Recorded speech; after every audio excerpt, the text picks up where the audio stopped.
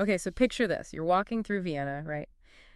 Maybe you just had some Sekretort soaking up the atmosphere, and then suddenly you see it, the Swarovski Kristallwelten Store. But wait, this isn't like any other store window display you've seen. What's so captivating about this installation, the Archive of Blossoms, is how it just draws you in. It's like you're looking through a window, not just into the store itself, but into the whole, evolution of design. It's true, and it's all thanks to the incredible work of mischer'traxler. They took these really old, two-dimensional floral designs, and we're talking straight from the archives of the Museum of Applied Arts in Vienna, and they turned them into these massive three-dimensional paper flowers. It's amazing how that transition from 2D to 3D totally changes the entire experience, Yeah. Suddenly these historical designs, they're not just flat images on a page anymore. They're like bursting out with this whole new life. They're almost tactile, like you could reach out and actually touch a piece of history. Yeah, and they actually took that a step further by tagging each flower with the original inventory number from the museum. It's really like holding a piece of the past right in your hand.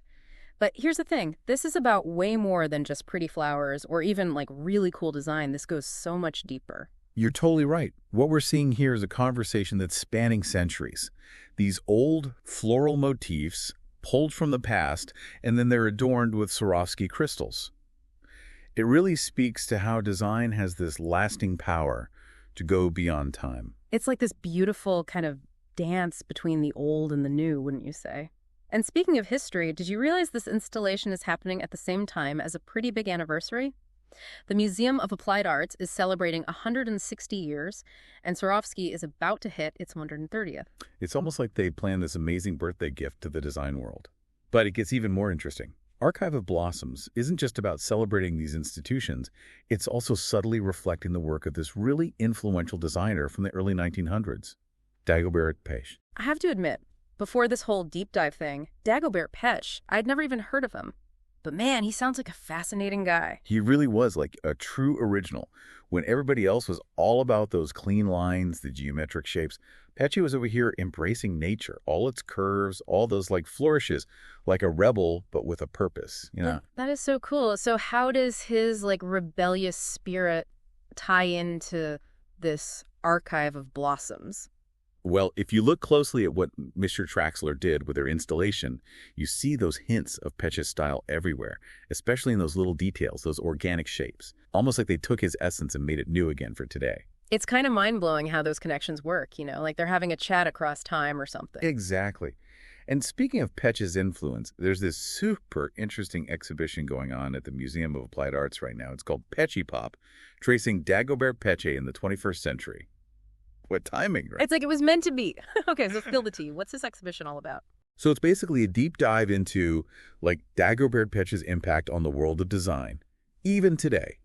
They've got over 650 things on display as Art Deco pieces. Yeah, even more modern stuff that you can tell was inspired by him. You really get a sense of how his vision is still relevant, even now. I bet.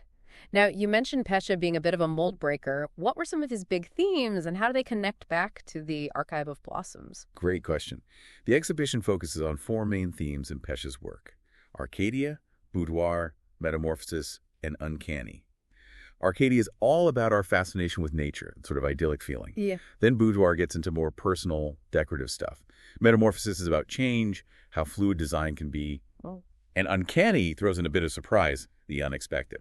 Okay, now I'm starting to see how these themes tie into the installation. Using flowers in Archive of Blossoms definitely makes me think of Arcadia, right? Exactly. And the way mischer'traxler transformed these old designs into those big, dramatic, three-dimensional sculptures totally embodies metamorphosis. It's like Peche's ideas were given a whole new life through their work. So it's not just about some flowers or even design itself. It's bigger than that, isn't it? It's about how ideas evolve, how we're inspired by what came before, and how that shapes everything around us. Absolutely. That's what makes the whole experience really make you think.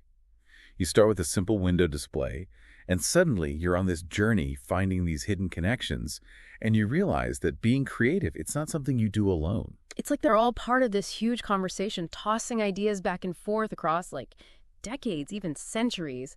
Makes you wonder what other hidden influences are out there just waiting for us to find them. That's what's so great about it. You start looking for those connections, and they're everywhere. It's a completely different way of looking at the world. So for those listening who are now super intrigued by this whole mix of history, design, and this Dagobert Peche character, you really got to see it for yourself to truly get it, you know? So anyone lucky enough to be in Vienna before, like, mid-January 2025, put this on your list. You have to see Archive of Blossoms at Swarovski Kristallwelten Store. 100%.